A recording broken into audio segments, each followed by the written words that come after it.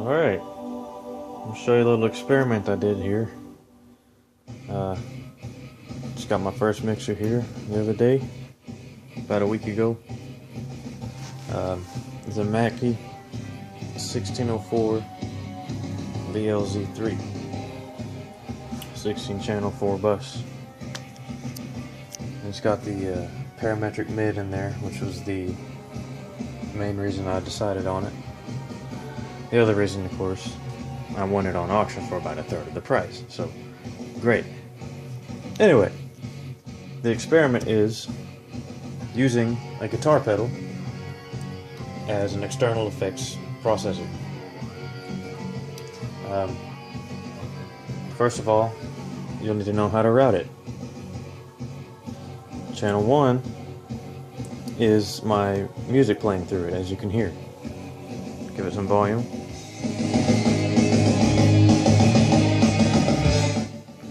Anyway, channel 1 is going into bus numbers 3 and 4 by pressing this button, and then by turning the pan all the way to the right, it pushes it to only 4 and not 3 and 4. Whereas if you put it in the middle, it's both 3 and 4, and all the way to the left would be 3. So we just want it in 4. The reason why is it's going from here to 4, not going to the master just yet. Bus number 4 is being sent to the effects processor, which is going out back into the board into the last channel. You can choose any channel, but for organizational reasons I chose the last one. It puts it closer to your control panel. So this becomes your volume instead of anything else. So we have this being sent to the main mix by pressing the final button here, LR button. So anything in a live situation where you'd want to send into your effects, be it vocals for reverb, compression, maybe guitars going through a chorus, bass going through compression. Compression would be the main thing I use for it, and EQ. Definitely another thing, any kind of live mics, if it's not direct in, you want to have going through there for EQ if your board already doesn't have one that controls the main mix, which this one does not, unfortunately. So that was one of the catalysts that made me try this experiment out. I don't want to end up somewhere where I can't fight seemingly uncontrollable feedback. So anyway, any channel that you would want to route into this effect, you would have to press the bus number instead of LR, which would send it to the master. You don't want to do that because other than the sudden burst of loudness, it'll create phasing issues, because there's a very, very slight delay anytime you go into an effect. And so if both of those signals are being laid on top of each other, you'll hear it, one right after the next. And it'll make a weird phaser type of effect that you don't want. And so if you were to route all your live mic'd equipment, like your entire drum set, vocalists, and if you're micing a cab, you might not need it if you're micing a cab, by the way. But let's say you're doing the rest of that.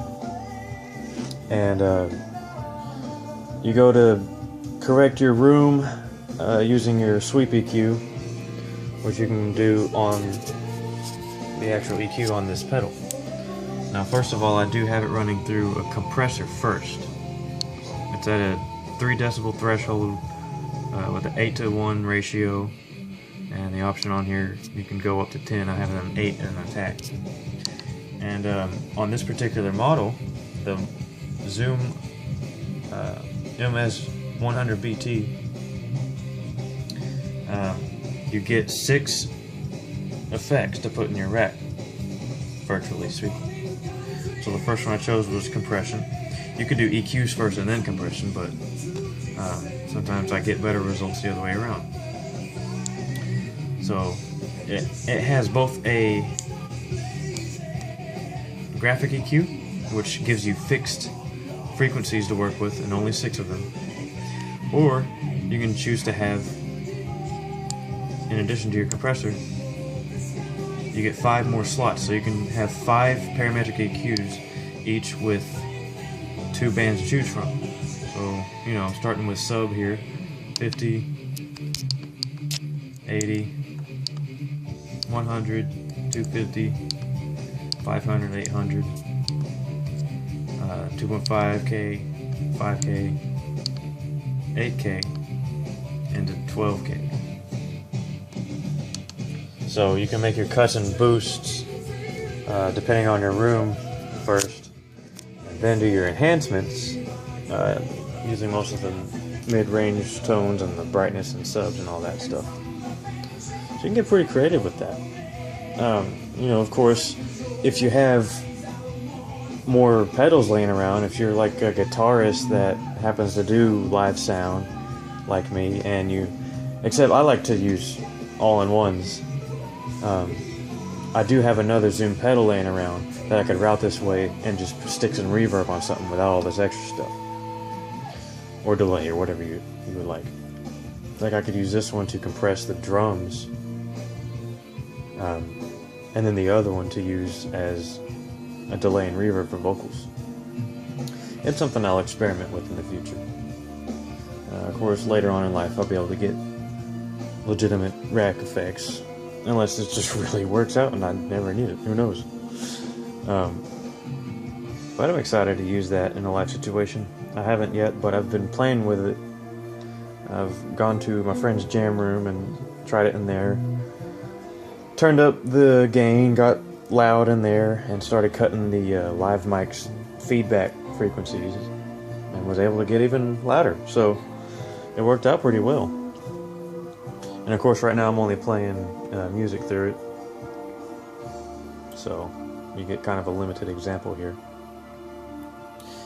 Also, speaking about faders, whenever you route it the way that I showed you in the beginning of the video, your final channel that your compressor is going through becomes your mains. Check this out.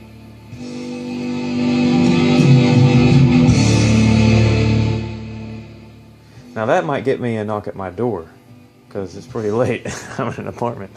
It probably won't. Some people don't care. Anyhow, your main mix, most people like to set it at 0 or unity. So I set that one at unity. The compression and effects bus at unity. And so if you pump really hard into a compressor, this is what happens.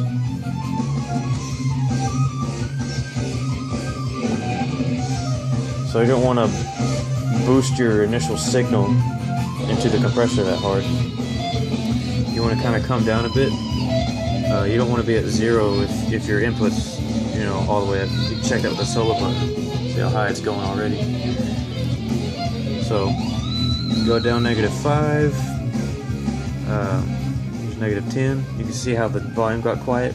So you want to kind of find the sweet spot between noticeably getting quieter and being consistent. So I'm going to gradually go back up.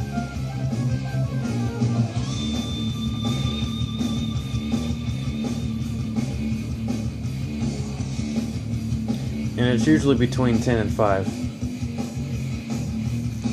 5 and 10, I mean. So like 7 or 8, -7 or 8. I go a little bit lower. With a lot of things, it's like just under 10. Also, going into the compressor, I have the lows cut just a little bit. If I had them up, you can hear it pumping the compressor. Even at 0, it does it. So, you know, you don't want to compress lows that much, just mids and highs. Not highs that much either, but, you know, whatever you can control, do that before going into the compressor. And then you can boost it on the final channel. Either that, or of course, through your EQs on the pedal. Well, this the experiment seems to be working so far. Like I said, I haven't used it in a real live situation yet, but I plan to.